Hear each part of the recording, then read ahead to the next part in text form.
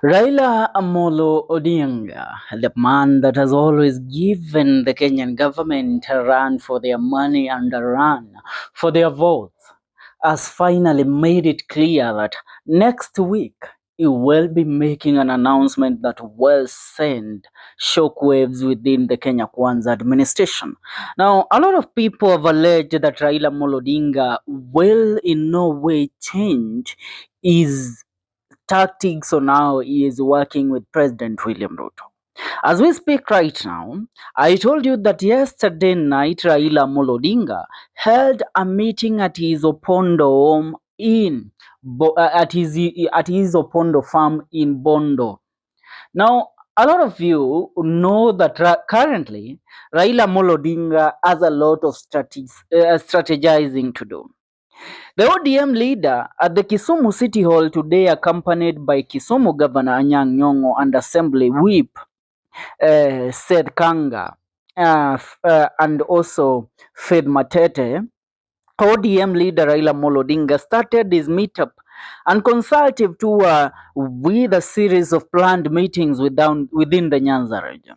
Now, Raila is currently in Kisumu meeting youth leaders from the 8 sub-counties and county ODM officials.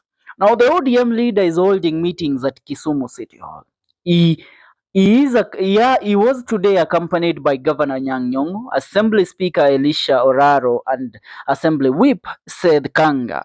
Raila arrived in Kisumu on Monday afternoon, accompanied by his brother Oburu Oginga and MP Junet Mohamed. He was warmly received at the Kisumu International Airport by Nyong'o, who also serves as the acting party leader of ODM. Now, the meeting comes shortly after Raila's recent engagement with President William Ruto in Mombasa, where they discussed various national issues. Raila will do a briefing on, next week. Now, he said that I am going to consult widely, and in due course, we are going to announce our way forward. Let me tell you, this is the same sentiment that Rigathi Gachagua has been using. Huu ndio msemo Rigathi Gachagua amekuwa akiutumia since November last year. Rigathi Gachagua has been telling us that I am consulting, I am holding meetings with leaders from my region to come up with the correct strategic plan to announce our way forward as the people of the Mount Kenya region. And a lot of us understand where Rigathi Gachagua comes from. Raila Odinga is the man that currently has to make a very crucial decision. William Ruto knows that without Raila Amolo Odinga, he is a dead man in politics. Yani his political career is dead. President William Ruto's political career without Raila Amolo Odinga right now, it's gone and forgotten. Raila Amolo Odinga knows if he submits to William Ruto right now and becomes a subordinate of President William Ruto, he will live under William Ruto, and no way people are going to trust Raila Amolo Odinga in the year 2027 or any other year with anything else. For 40 years, we say that Raila Amolo Odinga has been a key instrumental figure in the politics of the Republic of Kenya. Raila, from being a young man when he walked out to Fort Kenya and started even a fight with his own father, Jaramogi Oginga Odinga. From then, he has been a key instrumental politician in the opposition politics of this republic. We all have to say that Raila Amolo Odinga has shaped the politics of the Republic of Kenya. In all the years that Raila Amolo Odinga has been seeking the presidential seat, there is no time that Raila Amolo Odinga has ever had a chance and a great stab at the presidency more than the coming year 2027. Why am I saying that? For the first time in history of the politics of the Republic of Kenya, 2022 Raila Amolo Odinga accumulated a total of 1.3 million votes from the Mount Kenya region. I tell you, that was the biggest number in history. Even a lot of people and a lot of counties that are believed to be Raila Amolo Odinga's stronghold didn't vote for him as the Mount Kenya people did. Now, come at this time, when the Mount Kenya region has lost trust in William Ruto, they were praying that Raila Odinga comes to rescue the republic. Leave about the consultative meetings that Raila Odinga is doing. Let's speak logically as people that understand the politics of our republic.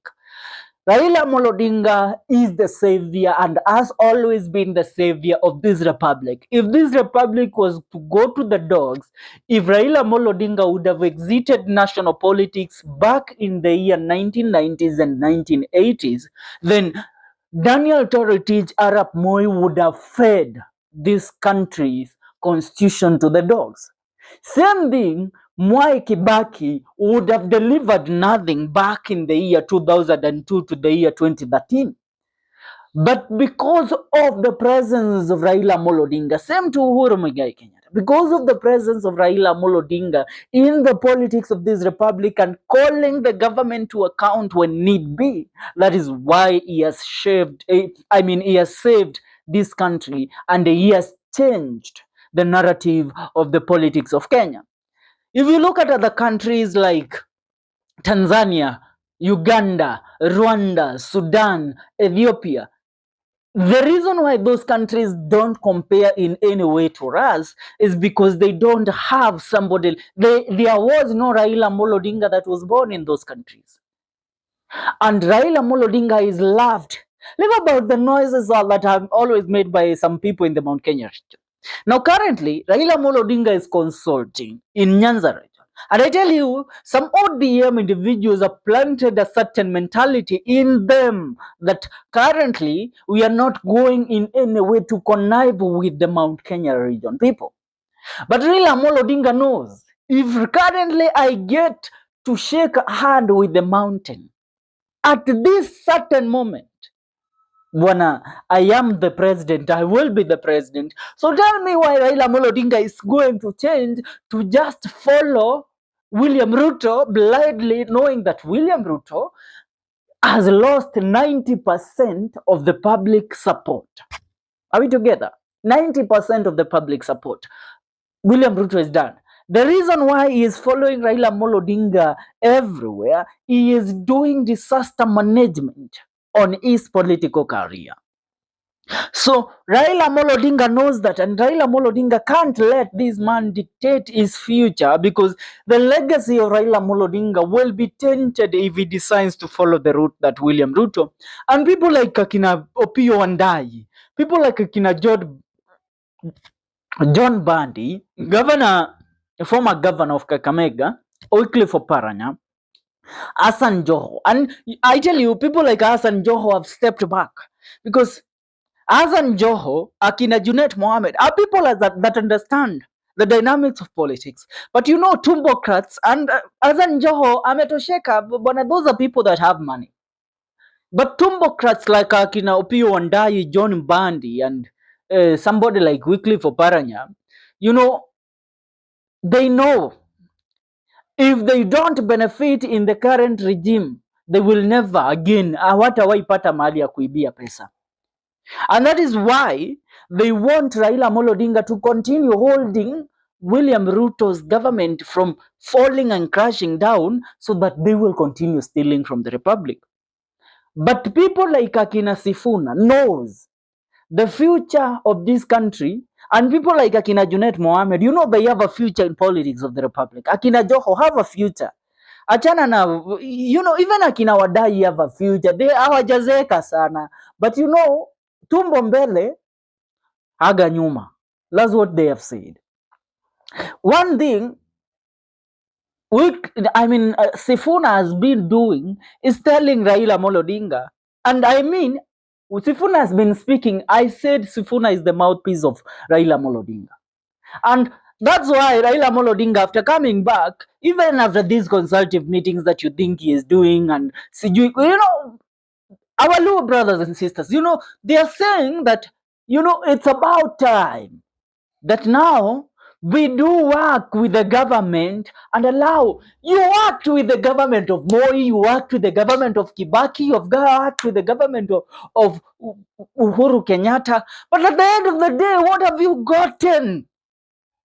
At least right now we can say Hawa watu wameishi kuwapinga, wanakuanga na candidate wao ambao wanawasupport, but right now hawana candidate, wana offer votes zao kwenu. Why don't you tell Baba it's about time to join hands with them?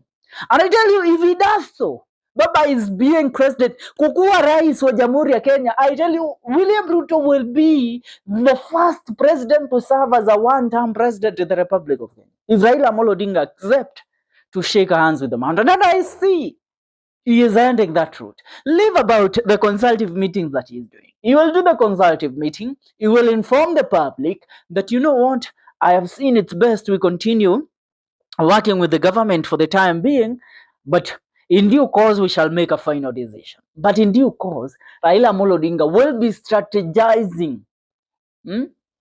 William Ruto, it will backfire big time. I tell you, they have been doing their research. They know they cannot tame Baba. They can't tame Raila Odinga. You can't. You think you can hold Raila Odinga captive? You can't. And I tell you, that is when you are going to realize what we have always been telling you. Ile risasi inazemekananga ni moja imesalia. Risasi ni ngapi? Moja. Na nakuambia hiyo risasi Baba akiitumia this time round, he is going to become the president. It doesn't matter what you think. It doesn't matter. And that's why you saw him telling us, mkuwe tayari. Next week, naenda kumeka declaration. Baba did not even want to win that AU seat. Baba got into these all tunaitaje broad-based government just for the sake of his people and his supporters to at least have something that they can benefit from the government, kwa sababu wameishi nje for a very long time. Na muda wote sisi tumepigia Baba kura, tumeishi kujiuliza tunanufaika kivipi. Unajua tulikuwa tumefurahi sana wakati nchi ilikuwa watu wanakapitia maisha yamekuwa magumu. Lakini tulikuwa tunafurahi maana sisi tulisimama na Baba alikuwa na sisi. When Baba left us, that is when we realized we have to bring Baba to his senses. Na nakwambia Baba, mara hii William Ruto kinakuramba yoyo, kinakuramba. Yes. Mimi kama Raila Odinga nasema ya kwamba tumeamua kufanya kazi na Rigathi Gachagua.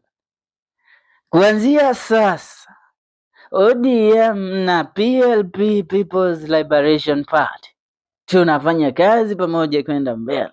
Nakuuliza maoni yenu ni yapi? Leave a comment in the comment section.